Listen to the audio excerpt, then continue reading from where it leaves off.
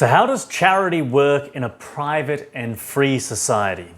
If you'd watched my previous series, How a Government Should Really Work, and Season 2, which is Why a Government Can Never Work and What to Do Instead, I focus heavily on the fact that there is no such thing as a good government.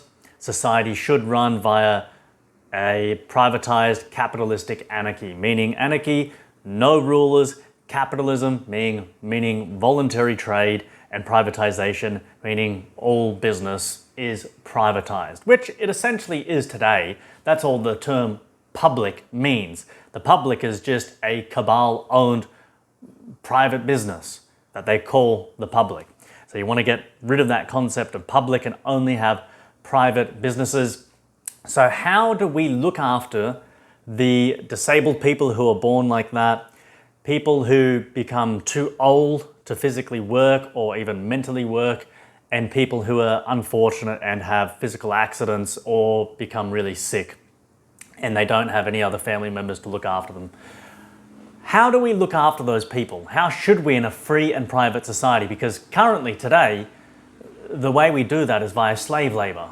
We have to hold hostage everyone else, and we have to violently force them out of their money, which defeats the purpose of a free functioning society. It makes society totally non-functioning and life not worth living, because you're having your rights violated for unfortunate people because they can't look after themselves. Okay, so how does charity actually work? And it's really, really simple, as is practically every single other idea and problem that the government takes care of today. Get rid of government, get rid of violence and force. You don't need violence and force to solve simple problems like this. You need someone wanting to make a profit. Just like I spoke about in my video prior to this about what do we do with bums, you need someone to look at these homeless people and say, how can I make money from someone who has no money? And then create a business out of it. The same thing is true with the charities. And the thing is, we already have the answer today. People are already doing this. Charities as a private business. They go door knocking and they sell other people's misfortune, which is fantastic. So you just have someone who wants to make money helping those who can't help themselves, and they go and look for these victims, and that's what they are. They're victims because they were hit by a truck and they've had their legs cut off, or they're sick, or they're mentally disabled, and they truly are victims and they can't look after themselves like everyone else. So what this private business does, and which happens today, it just needs to be done more efficiently without any of the extra government incentives and supplements, all that kind of stuff. And so they just go door knocking, they market themselves online like any normal business. No need for violence. It's just marketing, advertising. And they sell their clients stories. That would be a great way to do it. You don't have to do it like that, but it's like a sponsorship. And so people who actually do need help will go to this private business and say, hey, look, I'm hopeless, I'm useless, for whatever reason, I need help. And then that business will go, yes, okay, you actually are helpless. You can't do anything yourself. We will sponsor you. Well, they will help them to find sponsors. Just like I remember seeing these advertisements about children in Africa who just couldn't look after themselves. So people would sponsor and donate money to buy them a new well, to get them education and food and all this stuff. You just do the same thing with these people. People who are, instead of going on the pension, instead of having all this Medicare and all these NDIS in Australia and all these, what do they call it in America? Oh, you have Centrelink in Australia. All these government institutions that violently steal money from hardworking people who don't consent to give their money to this category of people for charity, right? But it's violently extorted and coerced from them. You get rid of that and it's just actual voluntary donations, real charity. And so the private business sells people into sponsoring them. It's that simple, and it works today. What else do you need to say about it? It's that simple. There's no violence, there's no force. These private businesses can build the old people's homes, they can build other institutions and centers like that for these people who need help. People who already have homes can get looked after, and this private business can hire carers to go out there and look after them.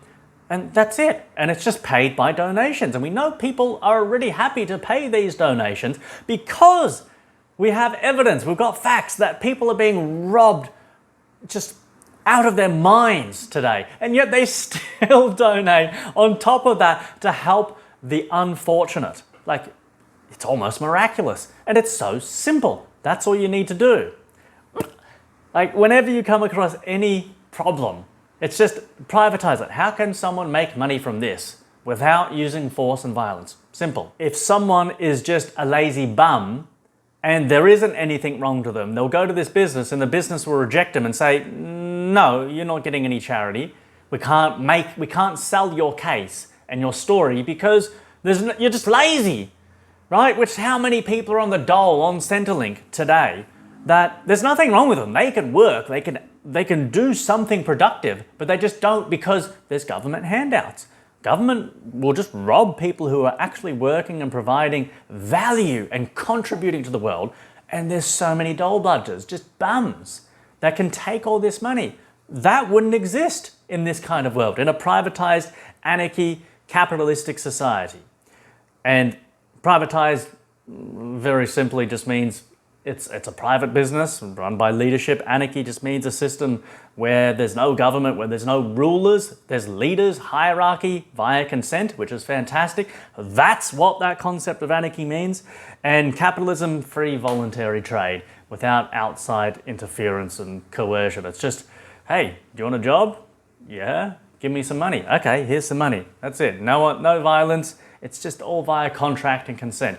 So bloody simple.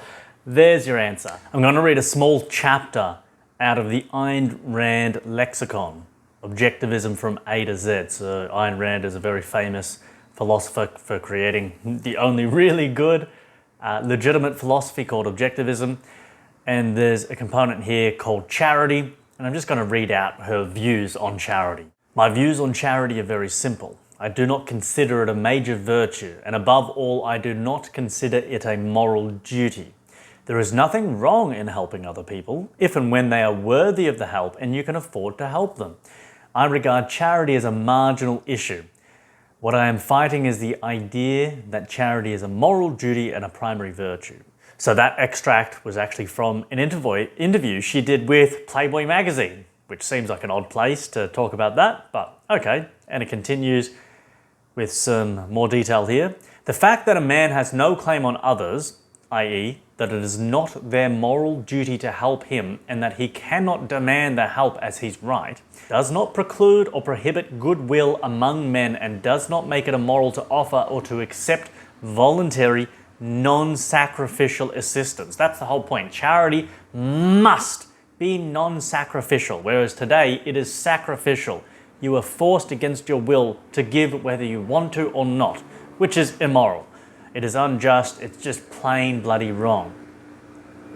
It is altruism that has corrupted and perverted human benevolence by regarding the giver as an object of immolation and the receiver as a helplessly miserable object of pity who holds a mortgage on the lives of others.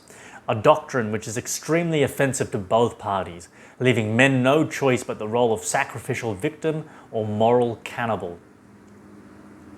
To view the question in its proper perspective, one must begin by rejecting altruism's terms and all of its ugly emotional aftertaste, then take a fresh look at human relationships. It is morally proper to accept help when it is offered, not as a moral duty, but as an act of goodwill and generosity, when the giver can afford it, i.e., when it does not involve self-sacrifice on his part, and when it is offered in response to the receiver's virtues, not in response to his flaws, weaknesses, or moral failures, and not on the ground of his need as such. So when you're obligated to help other people, it's not benevolence then. It's not a virtue. It can't be considered something good because you're forced to. When you've got no choice in the matter, you're forced at gunpoint. Give this homeless person some money. Give this old person a pension. You're not good if you pay tax and you are contributing that way because it's via force, you're obligated. Something is only good when you have the choice not to do that good thing. It's like if you build an android, a robot, and you program it to save people who are drowning, and it does, it's not a good robot.